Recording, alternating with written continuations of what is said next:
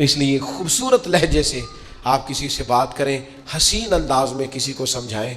आपका अंदाज हसीन होगा ना, बात वही होगी, लेकिन अगर अंदाज हसीन होगा ना तो बात अगरचे बेसलीका हो कलीम, पर बात करने को सलीका चाहिए। आप बेसलीका बात भी करें पर मेहरबानी करें किसी सलीके से तो करें। तो लोग सलीके से बात नहीं करते, लिहाजा उसके नताइज ठीक नहीं निकलते। अपने ही बच्चों से बात करें, अपने ही शागिर्दों से करें, अपने ही इरादतमंदों से करें, पर ज़रा सलीके से करें। आप ही की बात होगी, वही लहजा होगा, पर उसमें हुस्न पैदा हो जाएगा। कुछ लोग ऐसे होते हैं जिनको देखते रहने का, सुनते रहने का और उनसे बात करते रहने का सुना है, बोले तो बातों से फूल झड़ते हैं। अगर ये बात है तो चलो बात करके देखते हैं, तो लज्जत आती है ऐसे लोगों से गुफ्तगू करने में। अल्लाह ताला हमें ज़ुबान व बयान का हुस्न अता फरमाए।